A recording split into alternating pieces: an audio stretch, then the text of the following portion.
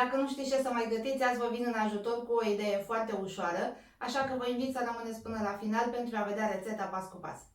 Punem o crăticioară cu suficientă apă la foc, aproximativ 1 litru, peste care adăugăm și o linguriță de sare și o lăsăm să ajungă la punctul de fierbere.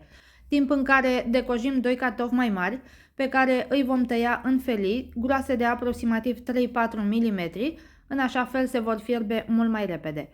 Când apa a ajuns aproape de punctul de fierbere, putem să adăugăm cartofii și îi vom lăsa să fiarbă aproximativ 7-8 minute din momentul în care apa a început să clocotească. Îi puteți încerca și cu o furculiță sau cu un cuțit. În momentul în care aceștia sunt fierți, îi scoatem cu ajutorul unei spumiere într-un castron. Iar apoi îi vom pasa foarte bine, exact așa cum facem când pregătim piureul. Pentru un gust cât mai bun adăugăm și 2 cubulețe de unt. Continuăm să pasăm cartofii, în acest timp se va topi și untul, după care adăugăm și 2 linguri de ulei. Eu am folosit ulei de măsline, însă puteți să folosiți cel pe care îl aveți la îndemână. După ce am încorporat și uleiul, adăugăm 2 ouă, cu ajutorul unei furculițe amestecăm pentru a încorpora puțin ouăle, iar apoi adăugăm și un pahar plin de lapte sau 200 de ml. Amestecăm puțin cu furculița, după care o dăm deoparte și continuăm amestecatul cu ajutorul unui tel. În așa fel, laptele se va încorpora cu piureul de cartofi, iar compoziția nu va avea cocoloașe. Adăugăm aproximativ un sfert de linguriță de sare, de asemenea punem și piper măcinat după gust, iar dacă vă place puteți să adăugați puțin oregano uscat sau puteți să-l înlocuiți cu cimbru uscat și acesta merge foarte bine. Amestecăm puțin pentru a încorpora și condimentele. Apoi adăugăm 4 linguri cu vârf de făină sau 80 de grame, fiecare lingură cântărește aproximativ 20 de grame, de aceea v-am spus sunt 4 linguri cu vârf. Punem și o linguriță de praf de copt, după care cu ajutorul telului amestecăm foarte bine pentru a încorpora făina și praful de copt în această compoziție.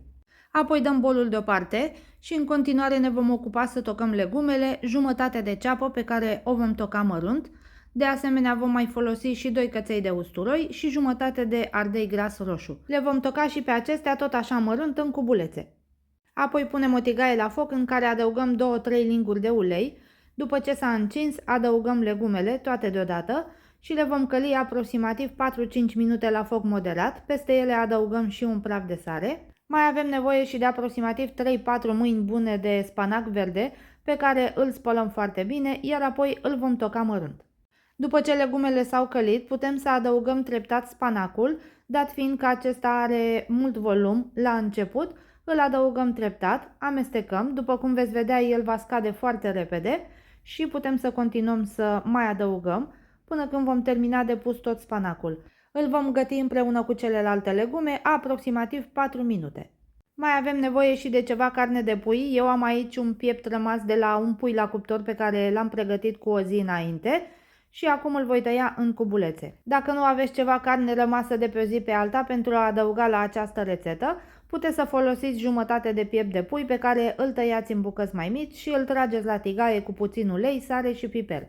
Apoi peste legumele călite adăugăm și 2 linguri de pastă de roșii, amestecăm puțin pentru a o încorpora, apoi adăugăm pieptul de pui tocat, îl încorporăm cu celelalte ingrediente, mai lăsăm totul să se gătească aproximativ 1 minut, după care putem să oprim focul și să scoatem toate aceste ingrediente într-o farfurie pentru a se răci mai repede. Avem nevoie și de o tavă, eu am folosit una cu dimensiunile de 32 pe 20 de centimetri, am tapetat-o cu hârtie de copt, iar în interior am mai pus câteva picături de ulei, după care l-am întins pe toată suprafața hârtiei de copt. La bază adăugăm compoziția cu cartofi pe care am pregătit-o înainte și o întindem cu ajutorul unei spatule pe toată suprafața tăvii. Apoi pe deasupra distribuim cu ajutorul unei linguri umplutura pe care am pregătit-o înainte din legume și pieptul de pui. Apăsăm ușor cu lingura pentru ca aceste ingrediente să intre ușor în compoziție, iar apoi pe deasupra presărăm aproximativ 50 de grame de cașcaval ras. Opțional putem să adăugăm și puțin pătrunjel proaspăt tocat mărunt. Introducem tava la cuptorul preîncălzit la 200 de grade Celsius, căldură de sus și de jos, pe prima treaptă de jos a acestuia și vom găti mâncarea noastră timp de aproximativ 25 de minute sau până când se vede rumenă la suprafață. După ce am scos-o de la cuptor, o lăsăm să se răcească timp de aproximativ 5 minute înainte de a o scoate din tavă. Apoi o scoatem din tavă cu tot cu hârtia de copt și o transferăm pe un tocător. Și haideți să vă arăt mai îndeaproape cum arată această mâncărică delicioasă. Blatul este foarte cremos datorită piureului de cartofi, iar gustul este incredibil. Încercați și voi rețeta pentru că cu siguranță vă va încânta și după cum ați văzut nu este foarte greu de pregătit. Dragilor, sper că v-a plăcut această rețetă. Dacă este așa, vă aștept să-mi spuneți și în comentarii și bineînțeles puteți să o și distribuiți cu prietenii voștri. Eu vă mulțumesc pentru vizionare și ne vedem la videoclipul următor. Numai bine tuturor!